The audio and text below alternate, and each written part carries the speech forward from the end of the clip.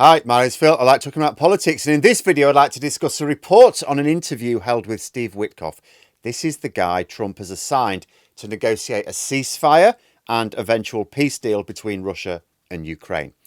During the interview, he made a number of horrific claims for someone in such a role, including the idea that Putin is not a bad guy and the USA should be working with Russia very closely in all sorts of areas of trade, and that Ukraine was a false country.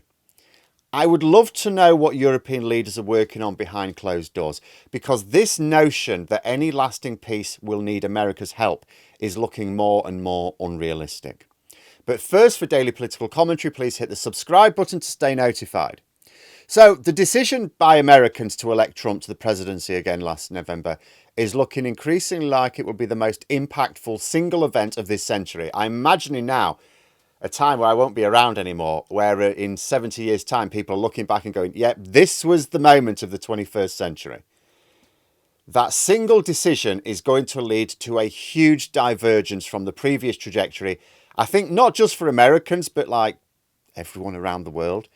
Steve Witkoff, leading ceasefire talks to the USA on the post-peace prospects for cooperation between America and Russia, had this to say. Who wouldn't want to have a world where Russia and the US are doing collaboratively good things together, thinking about how to integrate their energy policies in the Arctic, share sea lines maybe, send LNG gas to Europe? Yes, I know the G stands for gas. I'm just quoting what the idiot said. Maybe collaborate on AI together. As I anticipated, Trump wants to settle the situation with Ukraine quickly in order to actively help build Russia's economy up. Trump, whether he's consciously doing it or not, plans to empower Russia during his presidency. However, I note that most of these plans would require Europe to be involved. Like this notion of selling LNG to Europe should obviously be not in our plans. We're mostly moving towards a low carbon economy anyway, so it should be easier not to be reliant upon Russian fuel directly or indirectly, not just in the UK, across Europe. And Germany must surely now understand that its reliance on Russian fuels was a big problem for them when it all went tits up. So even if there is a period of peace under whatever circumstances, if the USA wants to not only lift economic sanctions on Russia, but actively boost their trade, we in Europe must not, while Russia occupies someone else's sovereign territory. I mean, I'd go back to what Witkoff said about who wouldn't want to see the US and Russia working collaboratively on good things. Well, yeah, we would, but we have to define what good things are. Good things are in the interests of humanity and sovereignty. You know, so it'd be brilliant if we could have Russia as a partner, as a peaceful partner. But Russia wanting to invade other people, that is not a partner we need. You know, the attack in 2022 must be a line in the sand. Frankly, we should have had this attitude years earlier, but we cannot allow the 2022 full-scale invasion to be rewarded or even accepted. But this also risks further strains between America and Europe. So, I mean, let's imagine some sort of peace emerges. Though given what Witkoff said about both Russia and Ukraine, I don't think that peace can rely on America in the way both Ukraine and other European leaders are saying is essential. See, what both Russia and America want is the peace of the graveyard for Ukraine. But let's imagine this scenario whereby Trump thinks, so some sort of peace emerges, Trump thinks he can remove sanctions against Russia straight away. I'm sure he'll rush to do that and work on closer trade ties. Then someone gets the sock puppets out and makes him realise that actually many of these plans have a bit of old geography in the way in the form of Europe, who aren't removing these sanctions and aren't interested in trade ties with a country who is rearming to invade them again. How will Trump react to that? Well, with more threats toward Europe, that's how. The idea of simply disentangling ourselves from trade with America is obviously unthinkable. In fact, it's very Brexit-like thinking. I'm surprised people like Ed Davey calling on us to think like Brexiteers now. The notion that you can just drop a major trading partner and pick up the trade elsewhere is a nonsense. The capacity doesn't exist. Yet the more integrated our trade is with America, the more damage Trump can do with his threats. It doesn't seem to matter. Like normally you're safeguarded by the fact that whatever Trump does to try and punish Europe economically, it hurts America even more. Doesn't seem to matter. He seems to believe that America has no power over him anymore. You know, when he was saying to his supporters, you only have to vote for me one more time, then that's it. That's what he meant. And he might even be correct. It may be that there is now no force in America to stand up to him. But we may have no choice. The story of economic failure over the past few years is the story of raising sudden and massive trade barriers, isn't it? The UK economy suffered very badly over the past 5 years because we raised massive trade barriers with the EU, upon whom so much of our economy depends. Germany's economic growth was even worse. We were flattered by the fact that Germany's was even worse because it had to raise even higher trade barriers with Russia even more suddenly upon much of, upon their economy depended on them as well. So I get that severing trade ties with the United States is not really feasible. It's like, well, that's a mad option. But surely nor is remaining strongly tied with America when they are increasingly openly prepared to support Russia even more explicitly than China. I mean, China's giving them some help, but going, don't tell anyone. I mean, America's like, no, we should absolutely have close ties with Russia. Yeah, Russia's brilliant. Putin's marvellous, I mean, let's go some of the key points made by Witkoff in this interview as collated by the BBC. I haven't watched the interview myself.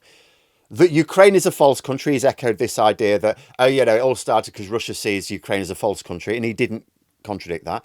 And that the territory, he's explicitly said, apparently, that the territory Russia has invaded is Russian territory and that the world should acknowledge it. He pushed the false line that these occupied areas held referenda and voted overwhelmingly to be Russian. No, they did not. That Putin is not a bad guy and that the war is Ukraine's fault, seemingly because they are deluded into thinking they exist. That Starmer's notion of a European peacekeeping force in Ukraine is posturing. Given that he is not suggesting America should form that peacekeeping force, he's basically saying there should be no peacekeeping force in Ukraine at all. This is the guy who is leading America's efforts to secure a peace agreement. As such, everything he says is official US policy. Otherwise, he'd have been admonished for stepping out of line, because that's what happens. Occasionally, yes, people do say something that goes a bit beyond the official government policy of whatever country, and then what happens the next day, they go, oh, no, they rein back on it. That's not happened here. So it is America's official policy that the parts of Ukraine which Russia wants are Russian, that America should forge very close economic ties with Russia. America can no longer be considered neutral in this war under Trump. It is explicitly on Putin's side. Now, obviously, Europe cannot allow Ukraine to be forced into any peace deal which bars European peacekeepers from their territory. Trump has already succeeded in forcing Ukraine to sign the mineral deal without getting anything in return, as far as I can tell. Pure extortion. The only reason it hasn't yet been signed is because Trump now wants their nuclear power stations as well. Some people were expressing surprise at this, but I said we should have expected it, really, shouldn't we? After all, Donald Trump is basically Mr. Burns without the humanity. But how will we react when Trump decides that once again it is Ukraine or Europe in general blocking the peace deal? See, right now, Trump has turned the tap back on for supplies to Ukraine because Ukraine has conceded on the minerals deal and was willing to take part in an unconditional ceasefire, something Putin has not agreed to. So right now, Trump has a tough time trying to blame Ukraine. But it's only a matter of time. Given what Witkoff said, it cannot seriously be plan A to get America to play any serious role in maintaining whatever peace deal emerges. They've made it, I don't know how many times they have to make it explicitly clear, they are not going to take part in any peacekeeping efforts. None at all. We are surely going to have to face up to an imminent future whereby America turns off that intelligence and arms tap for good and attempts to apply economic pressure on Europe to facilitate the trade ties that Trump wants with Russia. America is now most certainly a rogue nation, and the backsliding on democratic norms is gathering pace. If there is no major pushback against this in America soon, and I'm seeing a bit of fight from federal judges but little else, then Trump is only going to become bolder with his obvious desire to completely reorder geopolitics. And this is an impossible situation to face. Formally regard America as a rogue state and unreliable partner, if not outright enemy, and of course the economy suffers. Attempt to keep our economic ties strong, but just watch Trump sever those ties at his end, no doubt egged on by Putin, and the economy still suffers. Do we face two impossible choices? Or is there a way to toughen up here and explain the situation to our various publics and fight back? For example, do we say, okay, America doesn't want their scientists, well, we'll have them and we'll adopt that scientific research that America was making a fortune from? Do we provide just in general a more stable investment area than America is right now? But attempting to provide a safer space for investment requires really committed government action, not just words. And I'm not really seeing it right now. Certainly not in Britain. But there we are. Those are my thoughts. Let me know yours in the comments below. If you've enjoyed the video, please click the like button and subscribe for further content. If you'd like to support the channel further, you can click the join button for memberships. Thanks for watching, and until next time, I'll see you later.